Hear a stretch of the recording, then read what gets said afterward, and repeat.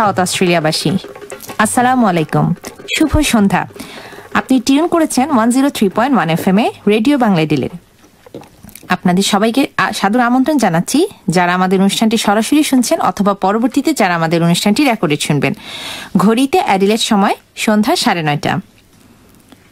বুঝতেই পারছেন আমি লাকি আছি আজকে আপনাদের সাথে। আশা করছি আজকের অনুষ্ঠানটি আপনি উপভোগ করবেন এবং আগামী 1 ঘন্টা থাকবেন আমাদের সাথে রেডিও বাংলা ডিলের সাথে। ফিরছি আমাদের মূল অনুষ্ঠানে। প্রিয় শ্রোতা, সাউথ অস্ট্রেলিয়াতে স্টুডেন্ট ভিসা নিয়ে পড়তে আসা বাংলাদেশি স্টুডেন্টের আগমন মূলত 1943 থেকে 1973 থেকে 1974 দিকে। শুরুতেই শুধু উচ্চশিক্ষার্থী আসছেন নির্দিষ্ট সময়ের জন্য এবং শেষ হওয়া মাত্রই অনেকেই তারা ফিরে যেতেন বাংলাদেশে। তারপর ক্রমশই সেখান থেকে বছরে 2-1 জন এখানে ভালো চাকরি নিয়ে বসবাস শুরু করেন। তবে এটা ঠিক 70 দশকের উচ্চশিক্ষা অল্প কিছু সাবজেক্টই আসলে সীমাবদ্ধ ছিল। এরপর ছাত্রছাত্রীর সংখ্যা বাড়ার সাথে সাথে অন্যান্য সবকিছুরই কলবর ক্রমশ বাড়তে থাকে। আজ আমরা কথা বলবো সেই সময় এবং এই সময় উচ্চশিক্ষার প্রেক্ষিত ও পরিবর্তন নিয়ে, যারা সাউথ অস্ট্রেলিয়া এখন বর্তমানে অধ্যয়নরত আছেন এবং যারা বাংলাদেশ থেকে সাউথ অস্ট্রেলিয়া কেন অস্ট্রেলিয়ার বিভিন্ন স্টেটে আসতে চান, তাদের জন্য আজকের অনুষ্ঠানটি একটু গুরুত্বপূর্ণ। আর এর ফাঁকে ফাঁকে আমরা কিছু মজার মজার গান তো শুনবই আমাদের অনুষ্ঠানটিতে। আজকে আমরা আমন্ত্রণ জানিয়েছি ইউনিভার্সিটি অফ সাউথ অস্ট্রেলিয়ার শিক্ষক মিজানুর রহমান স্যারকে। কথা বলবো সম্মানিত শিক্ষকের সাথে, জানবো ওনার কথা, জানাবো আপনাদেরও এই বিষয়ে জানা অজানা অনেক কিছু।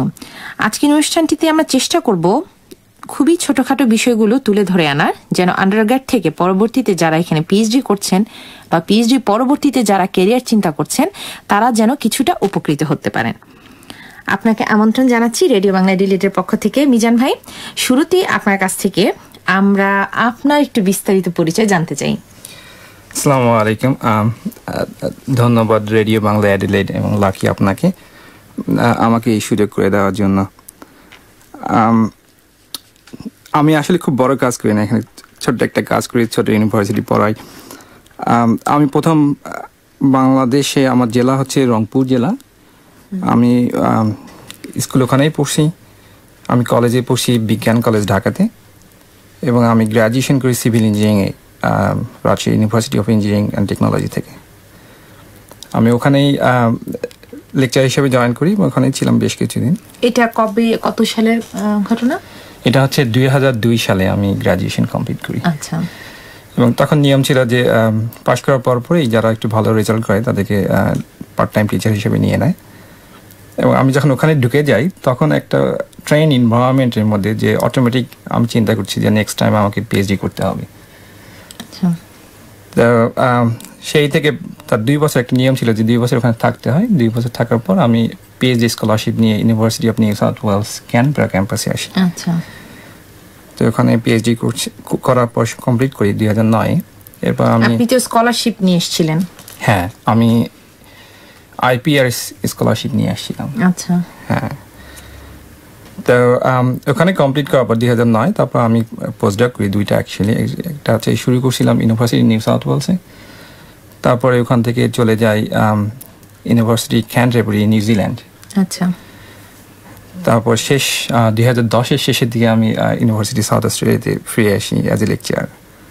আচ্ছা, তারপর থেকে আপনি আপনার এখন এই জবে আছেন? হ্যাঁ, এখন এই জবে আছি। আর আমার পরিবার বলতে আমি এখন সিনিয়র লেকচারার এখানে। আর আমার পরিবার বলতে আমার ওয়াইফ তামান্না জামান, আমার মেয়ে সামিয়া রহমান অ্যান্ড ছেলে সাদিকুর রহমান। এই হচ্ছে আমার পরিবার অস্ট্রেলিয়াতে। আমরা আপনার সাথে আরো আলোচনা করব, আপনার সম্পর্কে জানলাম। শ্রোতামণ্ডলী আমাদের সাথে থাকুন, আমরা একটা গানে চলে যাচ্ছি, গানটি শুনুন। গানের পরবর্তীতে আমরা ফিরে আসব আমাদের আজকের যে মূল বিষয়টি আছে সেটিতে। উপভোগ করুন আজকের গানটি, প্রথম গানটি।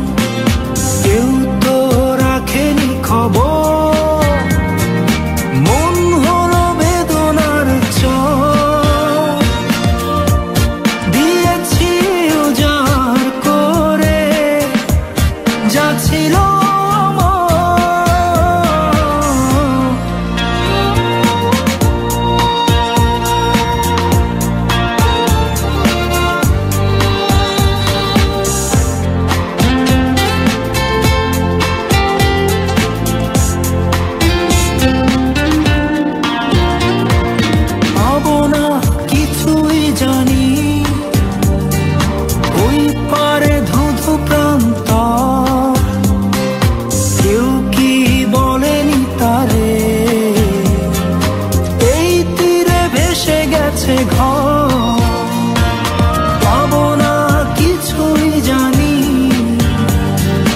ওই পারে ধুধু প্রান্ত, কেউ কি বলেনি তারে, এই তীরে ভেসে গেছে ঘর, দিয়েছি উজাড় করে যা ছিল পরবাসী মন, কাঁদে অকারণ, পাবো না কখনো তবু খুঁজে সারাক্ষণ, কোথায় পাবো যে তারে, হারালো কোথায়, জানে কি সে তারে ছাড়া বেঁচে থাকা দায়, কোথায় পাবো যে তারে, হারালো কোথায়। শ্রোতা মন্ডলী, এতক্ষণ আমরা শুনছিলাম রাজীবের কণ্ঠে পরবাসী মন। শুনছেন radio Bangla delete, south Australia বাংলাদেশের অনুরণন। আমাদের শুনতে টিউন করুন প্রতি বুধবার রাত 9:30 থেকে 10:30 পর্যন্ত। ফিরছি আমাদের সম্মানিত অতিথির কাছে। মিজান ভাই, আপনার যে অস্ট্রেলিয়াতে আপনি কেন আসলেন? মানে উচ্চশিক্ষার জন্য তো আপনি অন্য কোনো দেশেও যেতে পারতেন। হ্যাঁ, যেটা বলছিলাম যে আমি যখন রুয়েটে ঢুকলাম তখন এক ধরনের ট্রেন এনভায়রনমেন্ট, যে আমাকে মাস্টার্স বা পিএইচডির জন্য বাইরে যেতে হবে, কিন্তু তখনকার রুয়েট এনভায়রনমেন্ট একটু ডিফারেন্ট ছিল। যেমন বাংলাদেশে ঢাকাতেই সব বুয়েট বা অন্য কোথাও সবাই আমেরিকা বা অন্য কোনো দেশে যেতে চায়, রুয়েটে তখন by tradition most of the teachers জাপানে যেত, আচ্ছা, একটা কমন ট্রেন্ড। কিন্তু আমার সবসময় ইচ্ছা ছিল যে ইংলিশ স্পিকিং কান্ট্রিতে যাব, সেই জন্য অস্ট্রেলিয়াকে চুজ করা। আর একটা মেজর কারণ ছিল যে আমি যে বিষয়ে রিসার্চ করছি, ওই সুপারভাইজার যার সাথে আমার ব্যাকগ্রাউন্ড, আমার ইন্টারেস্ট ম্যাচ করে, উনি নিউ সাউথ ওয়েলসেই কাজ করতেন। আচ্ছা, তো তার কাছেই লেখা এবং ওই হিসাবেই অস্ট্রেলিয়াতেই আসা। আচ্ছা, আমরা এখন একটু আমরা মূল আলোচনাতে যাব। আপনার কথা আমরা শুনলাম, যারা বাংলাদেশ থেকে আসতে যাচ্ছেন, এখন এটা বিভিন্নভাবে হচ্ছে স্টুডেন্ট ভিসা আসতে পারে। সেটা হচ্ছে একটা হচ্ছে আন্ডারগ্রেডে আইদার ওন ফান্ডিং অথবা স্কলারশিপ, একটা যেটা হচ্ছে মাস্টার্স অথবা পিএইচডি, যেটা অবশ্যই পিএইচডিতে অবশ্যই স্কলারশিপ হতে হবে। মাস্টার্স অনেকেও ওন ফান্ডিং আসছে। আপনি যেহেতু একটা ইউনিভার্সিটিতে আজকে অনেকদিন ধরে অ্যাফিলিয়েটেড আছেন, একটু আমাদেরকে বলবেন কি যে আসলে স্কলারশিপগুলোর কি ধরনের স্কলারশিপ আছে প্রথমত, এবং দ্বিতীয়ত সেটা হচ্ছে কত কি ওয়েতে আমাদের যারা বাংলাদেশি স্টুডেন্ট আছে তারা এগুলো অ্যাভেল করতে পারে। হ্যাঁ, অস্ট্রেলিয়াতে অ্যাজ ইন্টারন্যাশনাল আসতে হলে দুইটা, একটা হচ্ছে আন্ডারগ্রেড অথবা পোস্ট গ্রাজুয়েশন ডিগ্রিতে আসতে হবে। তো আন্ডারগ্রেডে আসতে হলে যে ইউনিভার্সিটি কোয়ালিফিকেশন রিকোয়ারমেন্ট ফুলফিল করার পর আসার পর ইউনিভার্সিটি বেসড কিছু স্কলারশিপ থাকে, খুব নট ভেরি হ্যান্ডসাম বাট এটা সাপোর্ট করে। যেমন আমাদের ইউনিভার্সিটিতে 8টা আন্ডারগ্রেড স্কলারশিপ দেওয়া হয়, $3,000 পার ইয়ার। আবার সিভিল ইঞ্জিনিয়ারিং আছে $3,000 ইন সেকেন্ড ইয়ার। তো এটা হেল্প করে, এর বেশি আর তেমন কোনো স্কলারশিপ নাই আন্ডারগ্রেডের জন্য। তো ছাত্রদেরকে এটা হচ্ছে সেলফ ফাইন্যান্সিং পড়তে হবে। আচ্ছা, তো আন্ডারগ্রেডে একটা বড় ব্যারিয়ার আমি দেখি, সেটা হচ্ছে যে অনেকেই আসতে চায়, ফান্ডিংও আছে, কিন্তু IELTS রিকোয়ারমেন্ট হয় না। তো অনেকে একটা ইনফরমেশন জানে না, আমি একটু শেয়ার করতে চাই যে অস্ট্রেলিয়ান ইউনিভার্সিটিগুলোতে, বিশেষ করে সাউথ অস্ট্রেলিয়ান ইউনিভার্সিটিতে ইউনিভার্সিটি পাথ হয়ে আছে। যেমন সাউথ অস্ট্রেলিয়াতে 3টা major university, university of Adelaide, university of south Australia and Flinders university. এদের পাথ হিসাবে আছে যেমন ফ্লিন্ডার্স ইন্টারন্যাশনাল স্টাডি সেন্টার, ওখানে কিছু রিকোয়ারমেন্ট করলে IELTS ছাড়াই অটোমেটিক ফ্লিন্ডার্স ইউনিভার্সিটিতে যাওয়া যায়। আচ্ছা, যেমন ইউনিএসের জন্য আছে সেইবেট, মানে সেক্ষেত্রে কি IELTS ছাড়াই তার অ্যাডমিশনটা অ্যাপ্রুভ হয়ে যাবে? হ্যাঁ, যখন তারা ওই সেন্টারগুলোতে যায়, যেমন SAIBT, south Australian institute of business and technology, SAIBT, ওরা হচ্ছে ইন্টারমিডিয়েট কোর্সগুলো করা, এবং সেখানে IELTS রিকোয়ারমেন্ট হচ্ছে লো, হয়তো 5.5 or 5। তো তো তারা ওখানে ঢুকে গেলে ওখানে 6 মাস বা 1 বছর একটা কোর্স করলে অটোমেটিক্যালি তারা এলিজিবল ইউনিভার্সিটিতে পড়ার। আচ্ছা, সেক্ষেত্রে আলাদা IELTS আর লাগবে না। তো এটা একটা আমি দেখি যে চাইনিজ স্টুডেন্ট যারা তারা এই অ্যাডভান্টেজটা নেয়, যদিও তাদের ইংলিশ ভালো না, যেরকম আমরা চাই সেরকম না। তো এইটা বাংলাদেশি স্টুডেন্টরা অ্যাডভান্টেজ নিতে পারে, যেমন বেডফোর্ড কলেজ ফর ইউনি অ্যাডিলেডের জন্য এরকম প্রতিটা ইউনিভার্সিটির পাথ হয়ে আছে। আচ্ছা, আমার মনে হয় এটা কোয়াইট ফেয়ার। কিন্তু সেক্ষেত্রে তো বিষয়টা তাহলে আরো এক্সপেন্সিভ হয়ে যাচ্ছে, তাকে এসে 1 বছরের আবার একটা এলিমেন্টারি কোর্স করতে হচ্ছে, then he is eligible to get admission. এটা হচ্ছে যারা অ্যাফোর্ড করতে পারে। সো আন্ডারগ্রেডটা হচ্ছে কোনোভাবেই এটা অ্যাট্রাকটিভ অপশন না, যারা অ্যাফোর্ড করতে পারবে তাদের জন্য। তো মেইন অ্যাট্রাকটিভ অপশনটা হচ্ছে পোস্ট গ্রাজুয়েট। যদি পোস্ট গ্রাজুয়েট এসে মাস্টার্স অথবা PhD-তে, তাহলে নাম্বার অফ স্কলারশিপ আছে। একটা জিনিস মনে রাখতে হবে, যদি বাংলাদেশে 4 বছরের অনার্স করে তাহলে ব্যাচেলার ডিগ্রি করে, সেটা ইকুইভ্যালেন্ট অনার্স। তো তারা ডাইরেক্টলি অস্ট্রেলিয়াতে PhD অ্যাপ্লিকেশন করতে পারবে, তাদেরকে মাস্টার্স করার দরকার নেই। সেটা আমিও করছিলাম, আমি মাস্টার্স করিনি। তো সেক্ষেত্রে তারা ইউনিভার্সিটি অ্যাপ্লিকেশন ফর্মে সাধারণত প্রতি ইউনিভার্সিটির 2টা মেজর অ্যাপ্লিকেশন স্কলারশিপ থাকে। একটা হচ্ছে international post graduate research scholarship, সেটা অস্ট্রেলিয়ান গভর্নমেন্ট, এবং প্রতি ইউনিভার্সিটি কোটা আছে। এবং ইউনিভার্সিটি নিজস্ব কিছু স্কলারশিপ আছে, যেমন ইউনিভার্সিটি আছে university president scholarship for international candidate. তো এটা হচ্ছে যে ওই স্টুডেন্টকে বাংলাদেশ থেকে বা অন্য কোনো দেশ থেকে অস্ট্রেলিয়ার ইউনিভার্সিটিতে অ্যাপ্লাই করতে হবে, এবং ওই অ্যাপ্লিকেশনটা এখানেই অ্যাসেস হয়। এছাড়াও অস্ট্রেলিয়ান স্কলারশিপ আছে, যেমন অসেড বা এন্ডেভার। আমি যতটুকু জানি এই দুটো স্কলারশিপের জন্য ইউনিভার্সিটি থেকে অফার লেটার নিতে হয়, সেটা অস্ট্রেলিয়া থেকে। এটা খুব ইজি, কন্ডিশনাল অফার লেটার দেয়, এটা নিয়ে বাংলাদেশে অ্যাপ্লাই করতে হয়। মানে candidate if they want to apply for AusAID or endeavour, first মানে তাদেরকে হচ্ছে অফার লেটারটা নিয়ে দেখাতে হবে যে ইউনিভার্সিটিতে আমার অ্যাডমিশন সিকিউর করা আছে। হ্যাঁ, তাকে বলতে হবে যে আমার এই ইউনিভার্সিটির সাধারণত 2টা কোয়ালিফিকেশন তারা দেখবে, যে IELTS এবং তার ব্যাকগ্রাউন্ড। যদি হয় ব্যাকগ্রাউন্ড মিললেই হবে, তখন তাকে কন্ডিশনাল অফার দিবে IELTS এবং ফাইন্যান্স। আচ্ছা, ফাইন্যান্সটার জন্য সে অ্যাপ্লাই করবে অস্ট্রেলিয়া অ্যাওয়ার্ডস, যেমন অসেড বা এন্ডেভার। আমি যতটুকু জানি যে এটা হয় বাংলাদেশ থেকেই প্রসেস হয়, ওখান থেকেই ক্যান্ডিডেটকে অস্ট্রেলিয়াতে হ্যাসেল করতে হবে না, ওখান থেকে ডিসিশন, মানে সিলেকশনটা বাংলাদেশ থেকে হবে। সিলেকশনটা বাংলাদেশ থেকে, অস্ট্রেলিয়ান রিপ্রেজেন্টেটিভ থাকে, কিন্তু সিলেকশনটা ওখান থেকে হয়, ইন্টারভিউ হয়। আর IPR যেটা অস্ট্রেলিয়াতে এখানে ইউনিভার্সিটিতে হয়, IPR সেটা হচ্ছে টপ র্যাঙ্ক স্কলারশিপ। যখন একটা স্টুডেন্ট অ্যাপ্লিকেশন করে, অ্যাপ্লিকেশন ফর্মে তারা টিক দিয়ে দিবে IPRS অ্যান্ড UPL। এটা কখন, যখন সে অ্যাডমিশনের জন্য কাগজপত্রগুলো পাঠাবে সেখানেই, আচ্ছা, যে তার অ্যাপ্লিকেশনটি ওই স্কলারশিপের জন্য যেন অ্যাসেস করা হয়। হ্যাঁ, তো এখানে যে প্রসেসটা হচ্ছে, ওই অ্যাপ্লিকেশনটা স্কলারশিপের জন্য হায়ারকি অনুযায়ী যাবে, যে এখানে টপ স্কলারশিপ হচ্ছে IPRS, প্রথমে ওটার জন্য অ্যাসেস করা হবে, ওটা না হলে ইউনিভার্সিটির প্রেসিডেন্ট স্কলারশিপে যাবে।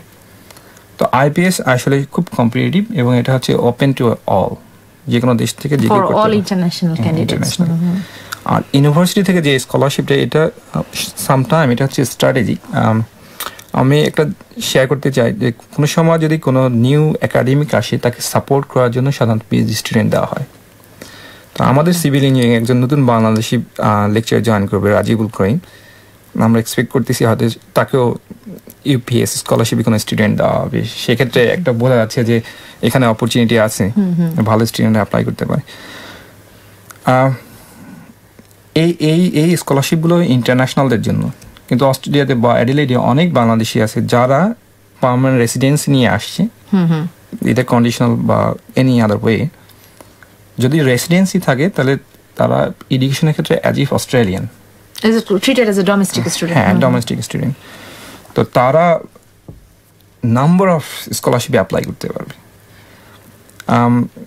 তো ওর মধ্যে মোস্ট ইম্পর্টেন্ট যেটা হচ্ছে Australian post graduate award, APA। এইটা সাধারণত হচ্ছে লেস কম্পিটিটিভ। অস্ট্রেলিয়ানরা সহজে ইউজুয়ালি PhD পাথওয়ে হিসেবে, খুব অ্যাট্রাকটিভ পাথওয়ে হিসেবে দেখে না, যাদের আনলেস তাদের প্যাশন থাকে। তো এটাতে অ্যাপ্লাই করলে, যদি বাংলাদেশ থেকে ভালো ব্যাকগ্রাউন্ড নিয়ে অ্যাপ্লাই করে, এটা খুব ইজি কম্পেয়ার টু আইপিআরএস। মানে এটা তো তাদের জন্যই যাদের এখানে পিআর আছে। আচ্ছা, আর আপনি যে স্কলারশিপ গুলোর কথা বললেন এগুলোতে আমি যতদূর জানি অজিড এবং ইন্ডেভারে আছে কন্ডিশন, না শুধুমাত্র অজিডে আছে কন্ডিশন। অজিডই কন্ডিশন আছে। অজিড এবং ডিফেন্স রিলেটেড স্কলারশিপ এগুলোতে কন্ডিশন আছে যে স্কলারশিপের পর দেশে ফেরত যেতে হবে অ্যাটলিস্ট 2 years। আচ্ছা, এবং সাধারণত এন্ডেভার এবং অফসাইড এই রিসার্চ প্রজেক্টগুলো পার্টিকুলারলি অফসাইড যে ডেভেলপমেন্ট কান্ট্রি থেকে আসা হবে সেই ডেভেলপমেন্ট কান্ট্রির কোনো একটা প্রজেক্ট বেসড, যাতে তারা কোনোভাবে এবং তাদের একটা লিঙ্কেজ তৈরি হয়ে যায় যে ক্যান্ডিডেট গুলো অজিড নিয়ে আসে তাদের সাথে। আমরা আরো গল্প আপনার সাথে করব এবং আরো অনেক কিছু জানবো। তার আগে আমরা আমাদের দ্বিতীয় গানটিতে চলে যাচ্ছি। শ্রোতা মণ্ডলী উপভোগ করুন।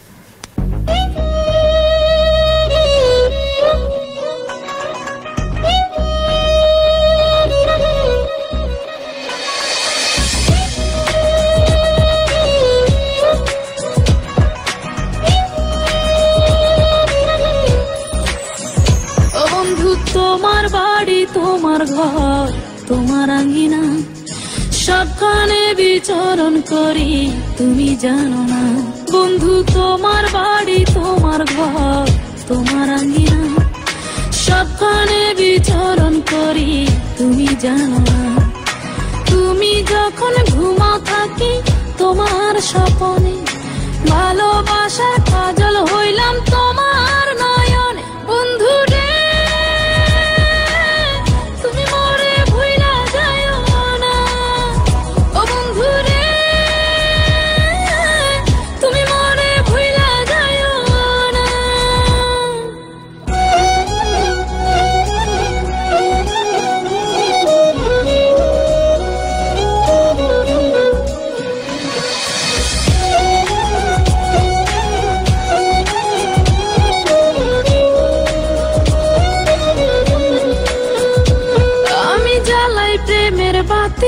তোমায় ভাবি সারা রাতে, আমার চোখে ঘুম তো আসে না।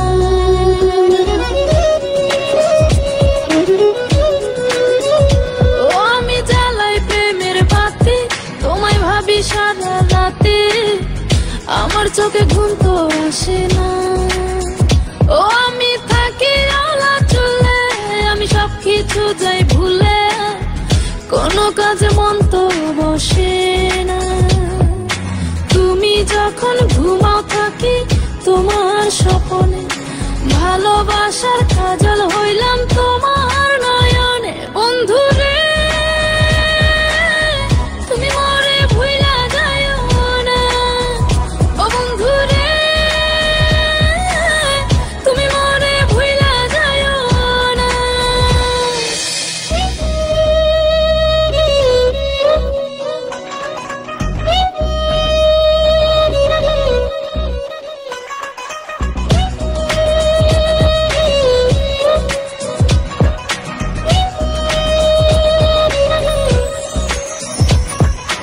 কেমন তোর জ্বালা এ যায় না কাউকে বলা, চুপি চুপি অন্তর পুরে ছাই।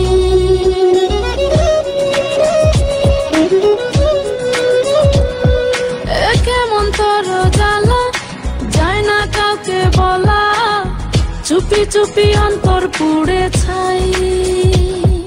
এমন পিঞ্জরের মাঝে শুধু বিরহের সুর বাজে, তোমায় দেখি যেদিকে তাকাই।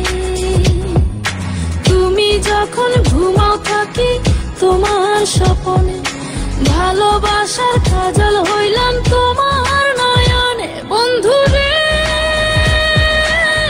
তুমি মরে ভুইলা যাইও না। ও বন্ধু রে তুমি মরে ভুইলা যাইও না। বন্ধু তোমার বাড়ি, তোমার ঘর, তোমার আঙ্গিনা, সবখানে বিচরণ করি তুমি জানো না। তুমি যখন ঘুমাও থাকি তোমার স্বপনে, ভালোবাসার কাজল হইলাম তোমার নয়নে। বন্ধু রে তুমি মরে ভুইলা যাইও না। ও বন্ধু রে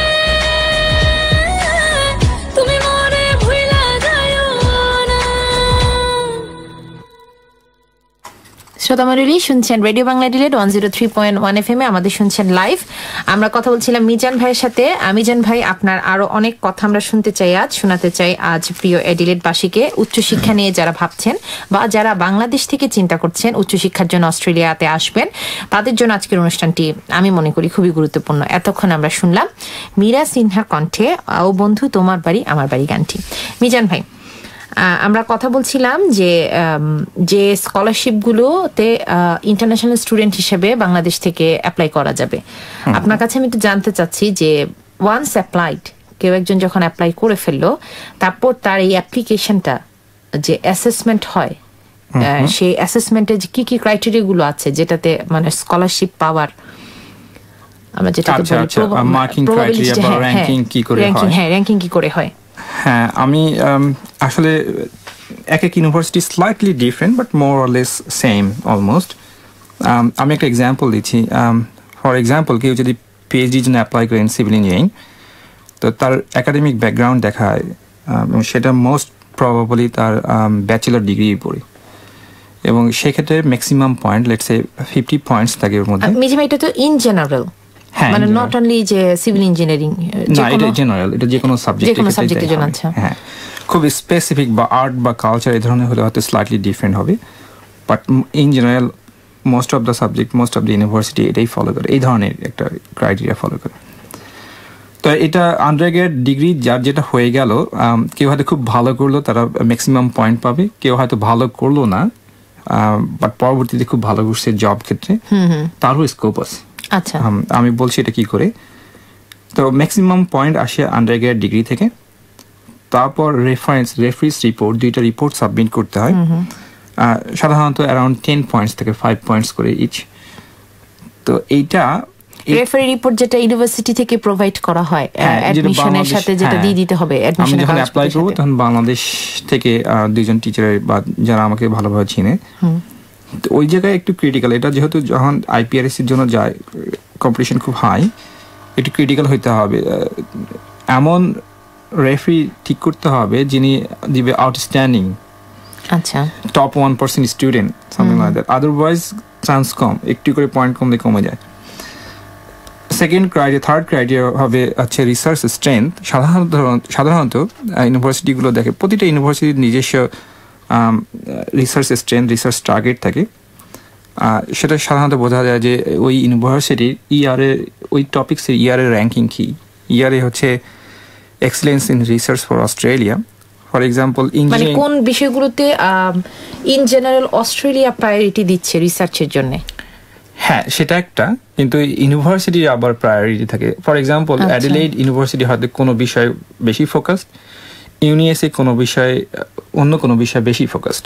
তো এই ইনফরমেশনগুলো বাংলাদেশি স্টুডেন্টরা তারা কিভাবে পাবে যারা উচ্চশিক্ষার কথা ভাবছে অস্ট্রেলিয়াতে? হ্যাঁ, সেটাই হচ্ছে কয়েকটা ওয়ে আছে। এক হচ্ছে যে সুপারভাইজারের কাছ থেকে এটা পাওয়া যাবে, আর এটা হচ্ছে যে ইয়ারের র্যাঙ্কিং কি করে হচ্ছে। যেমন এই ইউনিভার্সিটিতে ফর এক্সাম্পল সিভিল ইঞ্জিনিয়ারিং বা জিওগ্রাফি, এর ইয়ারের র্যাঙ্কিং কত, ইয়ারে প্রিভিয়াস রিসার্চ রেকর্ডের উপর ডিপেন্ড করে তারা র্যাঙ্কিং করে 1 to 5। 3 হচ্ছে ওয়ার্ল্ড স্ট্যান্ডার্ড রিসার্চ, 4 হচ্ছে অ্যাবভ স্ট্যান্ডার্ড, 5 হচ্ছে এক্সিলেন্ট। 3 যদি হয় তাহলে এটা জাস্ট একটা ওয়ার্ল্ড স্ট্যান্ডার্ড মেনটেন করতেছে। সাধারণত ইউনিভার্সিটির ফোকাস যে সাবজেক্টগুলোতে ফোকাস করে সেগুলো 4 এবং 5 হয়, এবং মোস্ট লাইকলি এইগুলোতে তারা রিসার্চকে প্রমোট করবে। তো এআরসি অস্ট্রেলিয়ার ওয়েবসাইটে ঢুকলে ইয়ার র্যাঙ্কিংগুলো সম্বন্ধে আইডিয়া পাওয়া যাবে, এবং সেখান থেকে আমাকে চুজ করতে হবে। ফর এক্সাম্পল, যদি ইউনিএসএ আরসি খুব ভালো না হয়, তাহলে আমার প্রবাবলি এখানে অ্যাপ্লাই না করাই ভালো। আমি যেখানে স্ট্রেংথ সেখানে যাওয়াই ভালো। এটা পরবর্তীতে আমার ব্যাকগ্রাউন্ডটা কোন ইউনিভার্সিটির কোন রিসার্চ স্ট্রেংথের সাথে অ্যাডজাস্ট হচ্ছে, আচ্ছা, সেটা আমাকে আগে চিন্তা করতে হবে। খুব জেনারেল ভিউ হচ্ছে, যদি দেখা যায় যে খুব হাই প্রোফাইল রিসার্চের কোনো জায়গায় কাজ করতেছে, মোস্ট লাইকলি তারা হাইলি র্যাঙ্কড ওই টপিক্সের উপরে। আচ্ছা, তো লেটস সে 70% মার্কস এগুলোর উপর ডিস্ট্রিবিউট হয়, আদার 30% মার্ক ডিস্ট্রিবিউট হয় প্রিভিয়াস ওয়ার্ক রেকর্ড অথবা হচ্ছে previous other academic record. For example, কেউ আন্ডারগ্রেড করার পর মাস্টার্স করলো, সেই মাস্টার্সে কী ধরনের রেজাল্ট করছে সেখান থেকে পয়েন্ট পাবে, এবং তার কোনো পাবলিকেশন থাকলে সেখান থেকে পয়েন্ট পাবে। আচ্ছা, আমার এখানে একটু ছোট্ট জিনিস জানা আছে যে যদি সে মাস্টার্সটা বাংলাদেশ থেকে করে অথবা যদি সে বাইরে কোথাও মানে বাংলাদেশের বাইরে হয়তো ইউরোপে করলো বা ইভেন ইন্ডিয়াতে করলো, সেক্ষেত্রে কি ওই মাস্টার্সের ইভ্যালুয়েশনটা কিরকম হবে? সেক্ষেত্রে কি কোনো এক্সট্রা সে বেনিফিট পাবে যে ইন্টারন্যাশনাল একটা মাস্টার্সের জন্য? হ্যাঁ, ফর এক্সাম্পল আফটার আন্ডারগ্রেড কেউ যদি একটা রিসেন্ট ডিগ্রি করে যে মাস্টার্স, সেখানে ফর এক্সাম্পল 25% অ্যালোকেট করা আছে। আচ্ছা, নট নেসেসারি কেউ মাস্টার্স করলেই 25% পাবে। যেটা সাধারণত করা হয় যে দেখা হয় যে ওই ডিসিপ্লিনে ওই ইউনিভার্সিটির কি ধরনের র্যাঙ্কিং, যদি ভালো হয় তাহলে অবশ্যই এটা ওয়েটিং ভালো হবে। আচ্ছা, মানে সে যেখান থেকে মাস্টার্স করেছে ওই ইউনিভার্সিটি র্যাঙ্কিংটা, ওই র্যাঙ্কিংটা সেটা এটা তার মানে স্কলারশিপ পাওয়ার ক্ষেত্রে একটা প্লাস হিসেবে কাজ করে। হ্যাঁ, একটা ফ্যাক্টর হিসেবে, ইনক্রিমেন্টাল ফ্যাক্টর হিসেবে কাজ করে। কিন্তু ছাত্রকে এটা হাইলাইট করতে হবে যে আমি অমুক ইউনিভার্সিটি থেকে এইটা করছি, যাতে মার্কারের চোখে পড়ে। কিন্তু নর্মালি তো যেটা করে আমরা একটা সিভি অ্যাটাচ করে দিই আমাদের অ্যাডমিশন অ্যাপ্লিকেশনের সাথে। হ্যাঁ, সেক্ষেত্রে কি ওই সিভিটা সামটাইম ইন জেনারেল, যে আমি ফর এক্সাম্পল আমার সিভিতে আমি বলছি যে আমি এখানে এটা করলাম, ওখানে এটা করলাম, এটা এত সালে এটা করছি। অনেক সময় হচ্ছে আমরা হয়তো হাইলাইট করি না যে কি ধরনের ইউনিভার্সিটি ছিল ওটা, যে টপ 100 এর মধ্যে কিনা। সো এই জিনিসগুলো সামটাইম হাইলাইট করতে হয় যাতে এটা চোখে পড়ে। আচ্ছা, বুঝতে পেরেছি। চোখে পড়ে, হ্যাঁ। সো মানে আমরা যখন মানে প্রতিটা পেপার স্কলারশিপে যখন আমরা সাবমিট করব, সবসময় একটু মানে চোখ কান খোলা রাখতে, একটু ক্রিকি ওয়েতে করতে হবে, যেন মানে আমাকে যেন খুবই পটেনশিয়াল একটা ক্যান্ডিডেট মনে হয়। হ্যাঁ, ইন অল রেসপেক্ট। হ্যাঁ, নিজেকে সেল করতে হবে। হ্যাঁ, ভালোভাবে। এটা আসলে না জানলে করা যায় কি করে? আমরা যখন অ্যাপ্লাই করছি তখন আমি এগুলো জানতাম না। তো আমার মনে হয় যে এটা জানা থাকলে মোর প্রিপেয়ার্ড, তারা আরো ভালো পটেনশিয়াল হবে স্কলারশিপ পাওয়ার জন্য। তো আমি যেটা বলছিলাম যে মাস্টার্স থাকলে এক ধরনের আর ওয়ার্ক এক্সপিরিয়েন্স থাকলে আরেক ধরনের। এখানে আরেকটা জিনিস মনে রাখা দরকার যে পাবলিকেশন। আমি এখন দেখছি যে বাংলাদেশে এক ধরনের ট্রেন, যে কোনো কনফারেন্সে বা কিছু জার্নাল আছে যে কিছু টাকা দিলেই ওরা পাবলিশ করে দেয় উইদিন এ উইক। তো পাবলিকেশনে অস্ট্রেলিয়াতে কিছু র্যাঙ্কিং সিস্টেম আছে। তো এগুলো হচ্ছে A, B, C different criteria, it means different things. জার্নালকে সাধারণত C দ্বারা র্যাঙ্কিং করা হয়। C1, C2, C1 হচ্ছে রেফারিড জার্নাল, এই জন্য হচ্ছে 5 পয়েন্টস। এখন রেফারিড জার্নাল যদি খুব হাইলি ইম্প্যাক্ট জার্নাল হয় অথবা খুব হাইলি প্রেস্টিজিয়াস জার্নাল হয়, তো ডেফিনেটলি এটা হাই ওয়েট ক্যারি করে। আচ্ছা, তো সাধারণত হচ্ছে রিপোল যে উনি চেক করে যে এই জার্নালটার র্যাঙ্কিং কি, এর ওডিএ নাম্বার আছে কিনা, এর ইম্প্যাক্ট ফ্যাক্টর কত। তো এগুলোর উপর ডিসাইড করে তারা এখানে একটা। আচ্ছা, এই বিষয়গুলো যারা চিন্তা ভাবনা করছে যে অ্যাপ্লাই করবে, তারা এই বিষয়গুলো বিস্তারিত জানবে কোথা থেকে? এটা কি ইউনিভার্সিটির ওয়েবসাইটে পাওয়া যাবে? যে আচ্ছা, আমি যে কথাগুলো বলছি তারা হয়তো এই ইনফরমেশনটা পাবে না। আচ্ছা, যেটা পাওয়া যাওয়ার কথা যে পাবলিকেশন লিস্ট দিতে হবে, এইভাবে দিতে হবে। কিন্তু এটা হচ্ছে অস্ট্রেলিয়ান ক্রাইটেরিয়া যে একটা পাবলিকেশনকে কিভাবে র্যাঙ্ক করবে। আচ্ছা, হ্যাঁ। তো আলটিমেটলি এটাই প্র্যাকটিস করা হয়, কারণ এটা এখানকার এস্টাবলিশ ক্রাইটেরিয়া। আমার ধারণা যে অ্যাপ্লিকেশনের ক্ষেত্রে ইনফরমেশনটা পাওয়া একটু ডিফিকাল্ট। আচ্ছা, বুঝতে পারছি। বাট এটা হচ্ছে আমরা আমাদের অনুষ্ঠানের মাধ্যমে তাদেরকে জানিয়ে দিতে পারি, যারা আপনারা চিন্তা ভাবনা করছেন অস্ট্রেলিয়াতে হায়ার স্টাডিজের জন্য, যে প্রতিটা পেপার মানে আমি প্রিভিয়াসলি আমি যা যা করেছি যেন জিনিসগুলো খুবই হাইলাইটেড হয় প্রতিটা ব্যাপারে। এবং যারা প্ল্যান করছেন আপনাদের আন্ডারগ্রেডের পরপরই যারা বিদেশে আসতে চাইছেন, তাদের জন্য যেটা আমরা বলতে পারি যে পাবলিকেশনগুলো বাংলাদেশে আমরা কোথায় করাবো, যেন তো একটা জার্নালে যদি আমরা করাই সেটা তোমার নাম্বার অফ পাবলিকেশন বাড়ছে। বাট যদি আমি স্কলারশিপ গেইন করার জন্য এটাকে ওয়েট ক্যারি করাতে চাই, তাহলে অবশ্যই আমাকে একটা ভালো জার্নালে যেতে হবে। আচ্ছা মিজান ভাই, আমরা আপনার কাছে আবার ফিরবো। আমরা পরবর্তী গানটিতে চলে যাচ্ছি।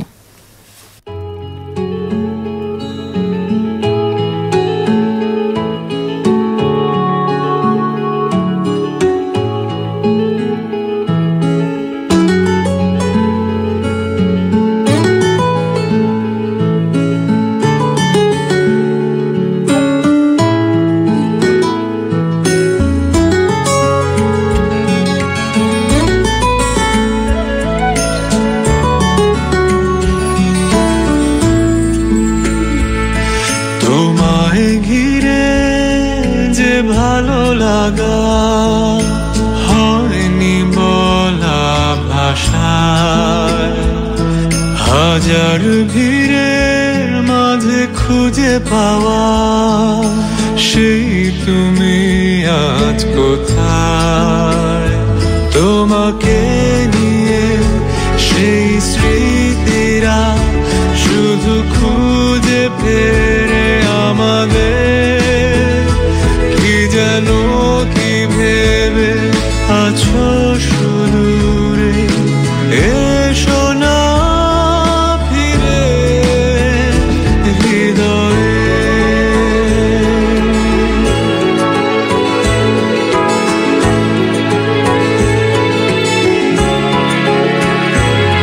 সময় জুড়ে শুধু শূন্যতা নীরবে ছুঁয়ে থাকে,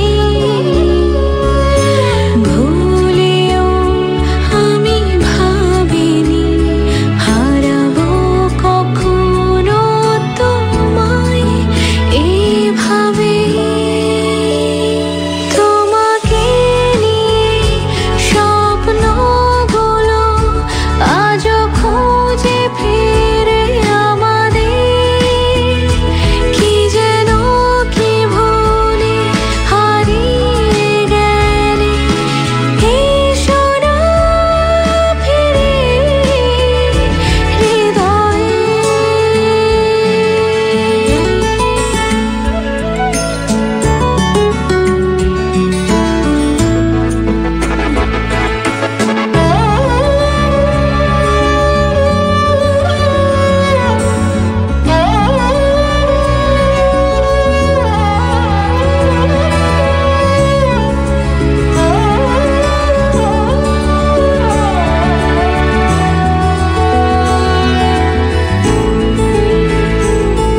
মনের আকাশে মেঘের বেলা বেদনা বৃষ্টি ঝরে, এত কাছে ছিলে তবুও পারিনি কেন তোমায় বোঝাতে।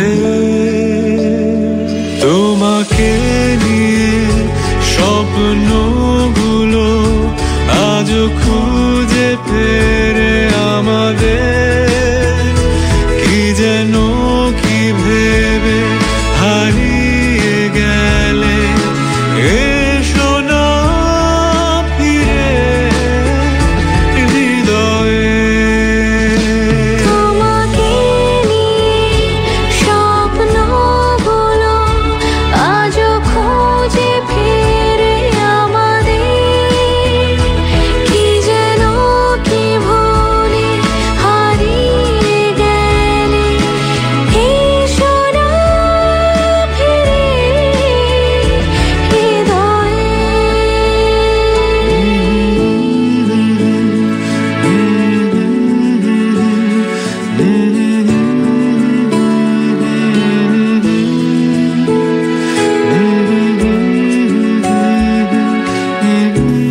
শ্রোতামণ্ডলী, তাহসান ও কনার কণ্ঠে শুনলেন মিষ্টি গানটি। গানটি এডিটেডে বসবাসরত সকল বাংলাদেশি স্টুডেন্ট শ্রোতাদের জন্য নিবেদিত হলো। আশা করি আপনাদের ভালো লেগেছে। মিজান ভাই, আমরা যে বিষয় নিয়ে কথা বলছিলাম যে স্কলারশিপের পেপারস গুলো আমরা কিভাবে প্রসেস করব, সো ওয়ান্স এগুলো যখন প্রসেস করা হয়ে গেল, হ্যাঁ, আফটার দ্যাট তো কি রোলটা আসলে প্লে করবে সুপারভাইজার? হ্যাঁ, যার আন্ডারে আমি অ্যাডমিশনটা নিতে চাচ্ছি, মানে যিনি আমাকে ইন ফিউচার সুপারভাইজ করবেন। তো সেক্ষেত্রে আসলে আমি যতদূর জানি তার একটা স্ট্রং রোল আছে। হ্যাঁ, সেটা সম্পর্কে যদি আপনি একটু বলতেন আমাদেরকে। হ্যাঁ, আচ্ছা, আমার রিসেন্ট এক্সপিরিয়েন্স শেয়ার করি। প্রথমে 2 বা 3 এক্সামিনার আর মার্কার, তারা হচ্ছে স্টুডেন্টকে র্যাঙ্কিং করে একটা শর্ট লিস্ট করে। ইউজুয়ালি লাইক ইউনিএসে আমরা হয়তো 200-300 অ্যাপ্লিকেশন পাওয়া যায়, আলটিমেটলি 15 বা 16টা রিকমেন্ডেশন করা হয়। তো ওই 16 বা 17টাকে আবার সুপারভাইজারের কাছ থেকে রিকমেন্ডেশন লেটার নিতে হয়। সো সুপারভাইজার এখানে একটা সিগনিফিক্যান্ট রোল প্লে করে, যে সুপারভাইজার ডিসাইড করে ওই টপিকসটা আসলে কোন কোন সাবজেক্ট ক্যাটাগরিতে পড়বে।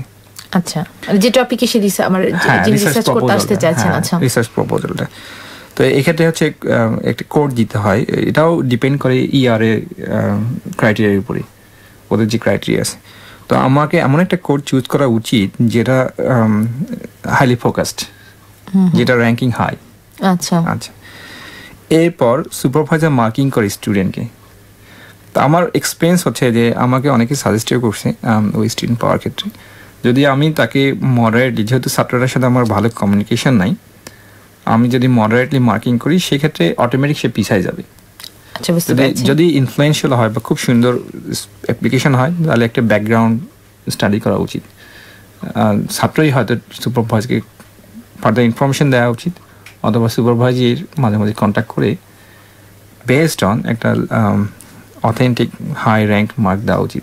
আচ্ছা, এখানে আমি একটু আপনার সাথে একটা বিষয় শেয়ার করতে চাই, যে বাংলাদেশ থেকে অনেকই স্টুডেন্ট আছে একটা কমপ্লেন করে যে তার রিসার্চ ব্যাকগ্রাউন্ডের সাথে মিলছে, ইউনিভার্সিটির যে ফোকাস আপনি বললেন যে এরিয়াতে তারা রিসার্চ ফোকাস, সেই এরিয়াতে সবকিছু মিল থাকার পরও তারা সুপারভাইজারের কাছ থেকে কোনো রিপ্লাই পাচ্ছে না। হ্যাঁ, এরকম কিন্তু অনেকের ক্ষেত্রে হয়। সেক্ষেত্রে কি কিপ ট্রাইং, যে একটা ইউনিভার্সিটিতে হলো না আরেকটা ইউনিভার্সিটিতে আমি সুপারভাইজার দেখব? এটা আপনি মনে হয় বলছেন যেটা ইনিশিয়াল স্টেজ, আমি একজন সুপারভাইজারকে দেখলাম। হ্যাঁ, যেহেতু সুপারভাইজার এট দ্য এন্ড একটা খুবই কি রোল প্লে করছে স্কলারশিপের ক্ষেত্রে। হ্যাঁ, কয়েকটা ক্ষেত্রে হয়। সাধারণ একাডেমিক প্র্যাকটিস আমি যেটা ইউনিভার্সিটিতে দেখছি, আমরা কোনো সময় কাউকে না বলি না। আচ্ছা, এনকারেজ করা হয়, কিন্তু এনকারেজের লেভেলটা কেমন অনেক সময় রিপ্লাই। আচ্ছা, একটু ছোট করে জিজ্ঞেস করি, আপনাদের কি অ্যাডমিশন প্রসেসিং ফি আছে আপনাদের ইউনিভার্সিটিতে? না, আমি যেটা জানি নাই, পিএইচডির জন্য নাই। তো যত ইন্টারেস্ট পাওয়া যায় সবগুলো আসলে এনকারেজ করে লাভ নেই, এটা বোঝাই যায়। আচ্ছা, তো আমার মনে হয় যে সবাই চেষ্টা করে যে একদম ইনিশিয়ালি যখন একটা স্টুডেন্ট কারোর সাথে কন্ট্যাক্ট করে, সাপোজ আপনার সাথে বাংলাদেশ থেকে একটা স্টুডেন্ট কন্ট্যাক্ট করলো, আপনি ইনিশিয়ালি তাকে একটা অ্যাসেসমেন্ট করবেন, তার সিভি, তার এডুকেশন সবকিছু দেখে বোঝা যায় যে আচ্ছা, কারণ 2-1 বছর গেলেই বোঝা যায় যে আমি তো কিপ ট্রাইং, আমি স্টুডেন্ট নাম চেষ্টা করছি, এরা আসছে না র্যাঙ্কিং। পরবর্তীতে দু একটা সিভি দেখলেই বোঝা যায় যে না, এটা আসবে না। আচ্ছা, তো হ্যাঁ, অনেক সময় হয় যে এনকারেজ করতে হয় যে অ্যাপ্লাই করো, কিন্তু আমি বলে দিই যে অ্যাট দি সেম টাইম তুমি অস্ট্রেলিয়াতে আদার ইউনিভার্সিটি অ্যাপ্লাই করতে পারবা। আমি অ্যাবসলিউটলি ওপেন, তুমি যে কোনো জায়গায় অ্যাপ্লাই করো। আচ্ছা, বুঝতে পারছি। হ্যাঁ, এটা বলে দেওয়া উচিত, একবারে সাইলেন্ট থাকাটা আসলে ঠিক হবে না। বাট আমার সাজেশন যেটা বাংলাদেশি স্টুডেন্টদের জন্য, যে মিনিমাম 1-2 চাইলে 3টে ইউনিভার্সিটিতেও আসলে ফোকাসটা রাখা উচিত অ্যাডমিশনের ক্ষেত্রে, যেখানে আমার স্কলারশিপটা হয়। হ্যাঁ, আসলে আমার ক্ষেত্রে আমি পিএইচডিতে যখন আসি খুব খুব ভালো প্রিপারেশন পাইনি পিএইচডি করার জন্য। এটা তো আসলে একটা লাইফ লং ডিসিশন। হ্যাঁ, এটা আমি আজীবন কন্টিনিউ করবো। আমি যদি এটাকে পছন্দ না করি, আমার পিএইচডি হবে, কিন্তু আমি পিএইচডি যে কেরিয়ার সেটা আমি ডেভেলপ করতে পারবো না। ওইভাবে চিন্তা করে আমার যদি 1 বছর বেশিও লাগে স্কলারশিপ পাইতে, কিন্তু যদি আমি একটা জিনিসকে পছন্দ করি যে আমি এটা করবো, সেক্ষেত্রে আমার মনে হয় ওইটাই ফলো করা উচিত, যে 1টা বা 2টা ইউনিভার্সিটি আমি যেমন আমার সুপারভাইজারকে চয়েস করছি, তারপরে অ্যাপ্লাই করছি, ওটাই করা উচিত। সো কিপ ট্রাইং, মানে আমাকে চেষ্টা করে যেতে হবে। হ্যাঁ, তবে এটা খুবই কমন। সাধারণত দেখা যায়, আমি আমার কলিগদের ক্ষেত্রে দেখছি, আমার ক্ষেত্রে দেখছি, সবার ক্ষেত্রে দেখছি যে অ্যাপ্লাই করছি, কোনো রেসপন্স নাই, 2-3 বছর যাওয়ার পরে ঘটাঘট 2-3টা স্কলারশিপ হয়ে গেল। আচ্ছা, এটা সিম্পলি রিপ্রেজেন্ট করে যে আমার যে কোয়ালিফিকেশনটা স্কলারশিপ পাওয়ার জন্য দরকার, ওটা গেইন করতে আমার 2-3 বছর লেগে গেছে। যখন আমি ওই লেভেলে আসছি তখন 2-3টা হয়ে যাচ্ছে। তো এটা খুব সিম্পল। আর যত অ্যাপ্লিকেশন হবে তত স্কিল ডেভেলপ করবে, বিভিন্ন জায়গার রিকোয়ারমেন্ট ডিফারেন্ট, রাইটিং স্কিল বাড়বে। তো কিপ ট্রাইং। ধন্যবাদ মিজান ভাই। আমরা আবার আসবো আপনার কাছে। আমরা পরবর্তী গানটি শুনে আসি। শ্রোতা মণ্ডলী, আমাদের সাথেই থাকুন, শুনতে থাকুন রেডিও বাংলা এডিলেড।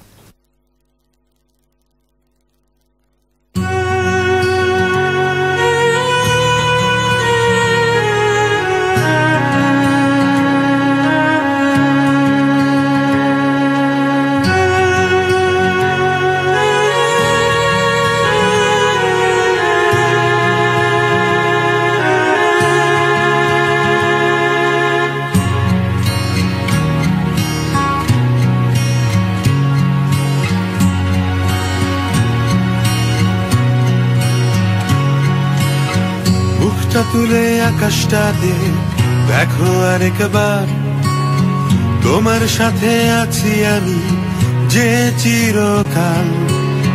জোছনার আলো যখন তোমার গায়ে পড়ে, আমি তখন থাকি তোমারই পাশে পাশে।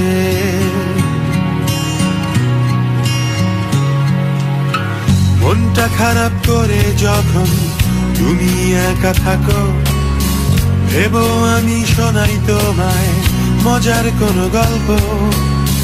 চোখের পানি মুছে ফেলে ভেবো একটুক্ষণ, তোমার মাথায় হাতটা বুলাই যখন তখন। রাতের আকাশ ভরা তারা হয়তো বা চলে যাবে, থাকবো হয়ে আমি শুকতারা। শীতের সকাল গাছের পাতা হয়তো বা ঝরে যাবে, থাকবো হয়ে আমি নীল আকাশ।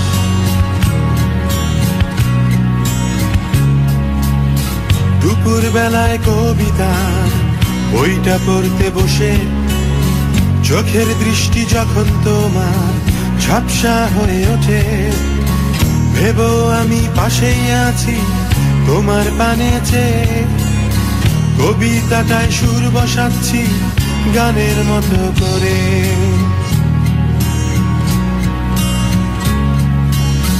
ভোরের আলোয় পাখির ডাকে ঘুমটা ভাঙে যখন, বাগানটাতে হাঁটার সময় আমায় ভেবো তখন।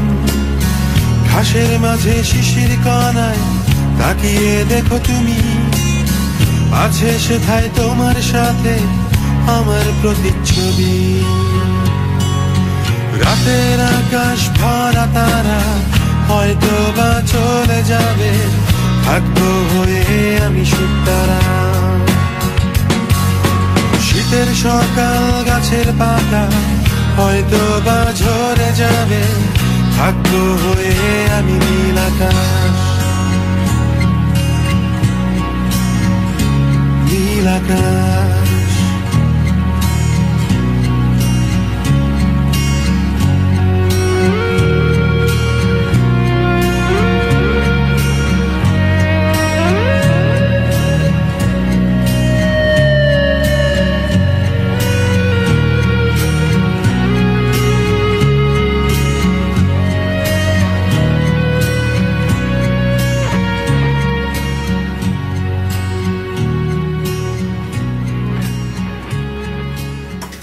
শ্রোতামণ্ডলী, শুনছেন রেডিও বাংলা ডিলেট 103.1 FM এ, আর আমাদের শুনছেন লাইভ। শুনতে থাকুন, আমাদের সাথে থাকুন। আমরা আবার ফিরছি মিজান ভাইয়ের কাছে। মিজান ভাই, আমরা এতক্ষণ কথা বললাম যে একটা স্কলারশিপ শুরু থেকে প্রসেস হওয়া, তারপর হচ্ছে ওয়ান্স সামওয়ান গেট, যখন অস্ট্রেলিয়াতে চলে আসলো। আমি আন্ডারগ্রেডের কথা বলবো না, আমি এখানে মাস্টার্স পিএইচডি কে বেশি করে ফোকাস করব, কারণ হচ্ছে সবার ইন্টারেস্ট একটু পোস্ট গ্রাজুয়েশনের দিকে বেশি, যেহেতু স্কলারশিপ নিয়ে আসা যাচ্ছে। তো সেক্ষেত্রে যখন মাস্টার্স শেষ করে যাচ্ছে বা পিএইচডি যখন শেষ করে যাচ্ছে, কারণ ওয়ান্স কেউ যখন চলে আসছে স্কলারশিপ নিয়ে, সে কিন্তু একেবারে ইলিজিবল এগুলো কমপ্লিট করার জন্য, আমরা আশা করি। সো আফটার দ্যাট যে ক্যারিয়ার প্রসপেক্ট আছে অস্ট্রেলিয়াতে, সেটা নিয়ে একটু আমাদেরকে বলেন। আচ্ছা, আমি মনে হয় পিএইচডি থেকেই শুরু করব, কারণ কীরকম পিএইচডি হচ্ছে, কীরকম পরিশ্রম করছি তার উপর ক্যারিয়ার পার্সপেক্টিভ ডিপেন্ড করে। ফর এক্সাম্পল, একটা পার্টিকুলার টপিক্সে 100 স্টুডেন্ট পিএইচডি পাচ্ছে প্রতি বছর, একাডেমিক ক্যারিয়ারে হয়তো 5 জন যেতে পারবে। তো এখানে একটা র্যাঙ্কিং, এখানে একটা কম্পিটিশন আছে। তো কেউ যদি চিন্তা করে যে সে একাডেমিক ক্যারিয়ারে যাবে, তাকে প্রথম থেকেই ওইভাবেই চিন্তা করতে হবে যে আমাকে সিগনিফিকেন্ট কন্ট্রিবিউশন করতে হবে, মানে আমি যেটা নিয়ে রিসার্চ করছি সেটার উপর আছে, এটা হাই ইম্প্যাক্ট হবে। আর যখন পিএইচডি হয়ে যাবে, তখন কারো যদি এটা থাকে, ইন মোস্ট অফ দ্য কেসে যেটা হবে, সেটা দেখা যাবে পিএইচডি হওয়ার আগে একটা অফার চলে আসবে, আর একটা অফার আসবে। এটা খুব স্মুথ এবং কন্টিনিউয়াস প্রসেস হওয়ার কথা। একটু স্ট্রাগল থাকবে, এখন মার্কেট খারাপ, কিন্তু কন্টিনিউয়াস হবে। কিন্তু ফর এক্সাম্পল, সেক্ষেত্রে প্রসপেক্ট গুলো কি, মানে further research or academic position? Academic position, আচ্ছা, এখানে একটু ডিফারেন্টলি বলা যায়। কারো কারোর ক্ষেত্রে যে পিএইচডি শেষ করার সাথে সাথেই একটা একাডেমিক পজিশন চলে আসে, এটা খুব আনলাইকলি কেস, কিন্তু এটা ঘটে। কিন্তু মোস্ট অফ দ্য কেসে যেটা হবে যে এক্সপেক্ট করা হয় যে পিএইচডি শেষ হওয়ার পর একজন পোস্ট ডক করবে এবং মোর ইন্ডিপেন্ডেন্ট রিসার্চ ক্যাপাবিলিটি ডেভেলপ করবে। আমি যেটা দেখছি এই পর্যন্ত যদি কেউ পিএইচডি করার পর পিআর বা সিটিজেনশিপ পেয়ে যায় অস্ট্রেলিয়াতে, তারা হয়তো একটা বেটার ইউনিভার্সিটি হয়তো ইউরোপ বা কোথাও গিয়ে পোস্ট ডক করলে অস্ট্রেলিয়াতে একাডেমিক পজিশন নিয়ে ফেরত আসা একটু ইজি। সেক্ষেত্রে আপনি বলছেন যে একটা সেকেন্ড পোস্ট ডক করা অস্ট্রেলিয়ার বাইরে কোথাও, হ্যাঁ, অথবা ফার্স্ট পোস্ট ডক। কারণ আচ্ছা, ফার্স্ট পিএইচডি হওয়ার পর আমার মনে হয় যে ফার্স্ট ইম্পর্টেন্স যেটা দেওয়া উচিত যে রেসিডেন্সিটা নিয়ে নেওয়া। আচ্ছা, এটা একটা অ্যাডভান্টেজ আছে রেসিডেন্সি হয়ে গেলে, মানে যারা আনকন্ডিশনাল স্কলারশিপ নিয়ে আসছে তাদের জন্য এটা, তাই না? কন্ডিশনাল স্কলারশিপ অসেড বা ডিফেন্স তাদেরকে ফিরতেই হবে। আচ্ছা, তারা এটা করতে পারবে না। কিন্তু যারা আনকন্ডিশনাল নিয়ে আসছে আমার মনে হয় একটা ভালো ফোকাস দেওয়া উচিত যাতে তারা পিআরটা পেয়ে যায়, এবং এটার অ্যাডভান্টেজ হচ্ছে 1 ইয়ারের মধ্যেই সে সিটিজেন হয়ে যাবে। আচ্ছা, তখন তার জন্য সবকিছু ওপেন। তো যদি বাইরে একটা পোস্টডক করে অথবা অস্ট্রেলিয়ার মধ্যেই কোথাও একটা পোস্টডক করে বেটার ইউনিভার্সিটিতে, সাধারণত হচ্ছে একটু লয়ার র্যাঙ্ক ইউনিভার্সিটিতে লেকচার পজিশন পাওয়া ইজি। এটা quite competitive but still there is a scope, there is a hope. হ্যাঁ, আচ্ছা, হোপ। again keep trying. হ্যাঁ, কারণও আছে। যদি বেটার ইউনিভার্সিটিতে পোস্টডক করা হয় বা রিসার্চ করা হয়, সাধারণত তাদের পাবলিকেশনগুলো হাই র্যাঙ্ক জার্নালে হয়, অ্যাগেইন ওই ইআরএ র্যাঙ্কিং আচ্ছা, বেটার জার্নালে হয়। তো একটু লয়ার র্যাঙ্ক ইউনিভার্সিটিতে আসলেই তখন দেখা যায় যে অটোমেটিক সে একটু হাই র্যাঙ্কে থাকবে রিক্রুটমেন্ট প্রসেসে। তো এইটা একটা ভালো আইডিয়া যে আমি পিএইচডি করার পরে যদি আমার এভরিথিং ডান, পিআর বা সিটিজেনশিপ, আমি একটা ভালো ইউনিভার্সিটিতে পোস্টডক করবো। এবং আমার সাজেশন হবে পোস্টডক এটা অলওয়েজ, কেউ যদি 5 বছরের অফার পায়, এটা অলওয়েজ 1 ইয়ার। আচ্ছা, এটা কোনোদিন 5 বছরের জন্য না। পোস্টডকটা হচ্ছে একটা ইন্টারমিডিয়েট সেশন।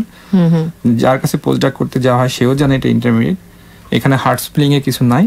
আমি তাই করছি। আমি খুব অ্যাশেম ছিলাম, যে খুব লজ্জা লাগতেছিল যে বলবো যে আমি চলে যাচ্ছি, কিন্তু না, এটা সব একাডেমিক এই প্রসেস দিয়েই গেছে। তো খেয়াল রাখতে হবে যে উইদিন 1 ইয়ার ওইরকম এফোর্ট দিতে হবে যাতে আমি একটা একাডেমিক পজিশন পাই। মিজান ভাই, আপনার সাথে আমার কথা হলো আজকে, যেটা মনে হলো যে এই একাডেমিক ফিল্ডে আমরা যারা আছি বা ইন ফিউচার যারা আসতে চায় বা যারা চিন্তা করছে, আসলে সবসময় যেটা বলি, আমি এই মুহূর্তে যেটা করছি প্রেজেন্টলি, ওইটাই আমি সবচেয়ে ভালো করে করব। হ্যাঁ, তাই না? মানে আমার একদম সর্বোচ্চ এফোর্টটা থাকবে ভালো করার, দেন ফিউচার আমার এফোর্টের উপর আমার কাছে ভালো কিছু নিয়ে আসবে। অনেকটাই ডিপেন্ড করে। অনেক সময় ট্রাইং, মানে এভরি টাইম। হ্যাঁ, ইভেন আপনি, আমার তো মনে হয় এখন পর্যন্ত, মানে আপনি যে এখন একটা সেটেল পজিশনে আছেন, বাট স্টিল তো আপনি লিখে করে যাচ্ছেন, আপনার পেপার পাবলিশ করে যাচ্ছেন। হ্যাঁ, আমি যেটা চেষ্টা করি যে আমি নাম্বার দেখি না, আমি এখন চেষ্টা করি যে আমি একটা, যেটা আমি বিলিভ করি যে হ্যাঁ এটা এরকমই হবে, এবং এটা পাবলিশ করি। এটা করলে একটা সুবিধা হয় যে নিজের একটা পজিশন তৈরি হয়। এটা ভালো জার্নাল হলে সবাই পড়ে, কিন্তু সবাই পড়ে, জি, সাইট করলো কি করলো না সবাই খেয়াল করে, এবং নেক্সট জবের জন্য এটা বড় একটা ইম্প্যাক্ট। তো এমন অনেক সময় দেখা যায় যে অস্ট্রেলিয়া বা এইসব দেশে যে কাজটা করার জন্য আমার লোক দরকার, ওই কাজটা করার লোক পাচ্ছি না। আচ্ছা, আপনার পরিচিত কেউ যদি নোটিস করে যে আপনি এটা ভালো করতেছেন, আপনাকে হাতে সেখান থেকে তারা এটা পিক করে নিল। তো মিজান ভাই, আপনার অনেক সুন্দর সুন্দর কথা আমরা শুনলাম, এবং কথা বলে যেটা আমার আজকে মনে হলো যে আপনার ভেতরে এই আগ্রহ বা ইচ্ছাটা আমার মনে হয়েছে যে সবসময় থাকবে, যে বাংলাদেশি স্টুডেন্টদের হেল্প করা, তাদেরকে একটু এগিয়ে নিয়ে আসা এই একাডেমিক ফিল্ডে, এবং ইন ফিউচারে তাদের ক্যারিয়ারও হেল্প করা, এভরিথিং। সো আপনি আজকে অনেক অনেক ধন্যবাদ জানাচ্ছি আপনাকে রেডিও বাংলা ডিলেটের পক্ষ থেকে আমাদেরকে সময় দেওয়ার জন্য। আপনার সুস্থতা কামনা করছি এবং সর্বাঙ্গীন উন্নতি, যেন আপনি আরো এগিয়ে যেতে পারেন। আর যারা আজকে আমাদের অনুষ্ঠানটি শুনলেন, আশা করেছি যে আপনাদের কিছু হলেও উপকারে আসবে। আর আমাদের যদি কিছু আপনাদের জানার থাকে এই সম্পর্কিত, আপনারা আমাদেরকে জানতে যেতে পারেন আমাদের ফেসবুক ফ্যান পেজে। আমাদেরকে কোনো কোয়েশ্চেন করলে আমরা চেষ্টা করব আপনাদের উত্তর দেওয়ার, বা যদি নাও পারি সেটা জেনে, যারা আমাদের একাডেমিশিয়ান এখানে আছেন সাউথ অস্ট্রেলিয়ায়, তাদের কাছ থেকে জেনে আপনাদের জানানোর চেষ্টা করব। আর বাংলাদেশি ক্রিকেট টিমের জন্য যারা আসছেন অস্ট্রেলিয়াতে, তাদের জন্য আমাদের অগ্রিম শুভকামনা থাকলো। প্রিয় শ্রোতা, গত 26শে জানুয়ারি ছিল অস্ট্রেলিয়া দিবস। রেডিও বাংলা ডিলেট থেকে আবারও একবার হ্যাপি অস্ট্রেলিয়া ডে। আমাদের আজকের অনুষ্ঠানের শেষ গানটি অস্ট্রেলিয়ার জন্য শুভকামনা করে আমরা ডেডিকেট করছি। আমাদের পরবর্তী অনুষ্ঠানটি শুনতে ভুলবেন না। আমরা প্রতি বুধবার আসি আপনাদেরকে কিছু সুন্দর সুন্দর গান আর কথামালা উপহার দেওয়ার জন্য। আমাদের সাথে থাকুন, শুনতে থাকুন radio Bangla day 103.1 FM। Mizan ভাই, আপনি বিদায় নিতে পারেন অফিসিয়ালি সাউথ অস্ট্রেলিয়াবাসীর কাছ থেকে। থ্যাংক ইউ আমাকে এই ধরনের একটা সুযোগ দেওয়ার জন্য। আমি আসলে খুব ভালো বড় পজিশনে নাই, আমি সর্ট অফ আর্লি কেরিয়ার বা মিড কেরিয়ার। আমাকে এই সুযোগ দেওয়ার জন্য আপনাদেরকে ধন্যবাদ। আমি চেষ্টা করছি, যদি আপনাদের আরো কিছু জানার থাকে আমি আবার চেষ্টা করব। আমাদের জন্য দোয়া করবেন। Thank you. সবাই ভালো থাকবেন। আমি লাকি আপনাদের কাছ থেকে বিদায় নিচ্ছি। শুভরাত্রি।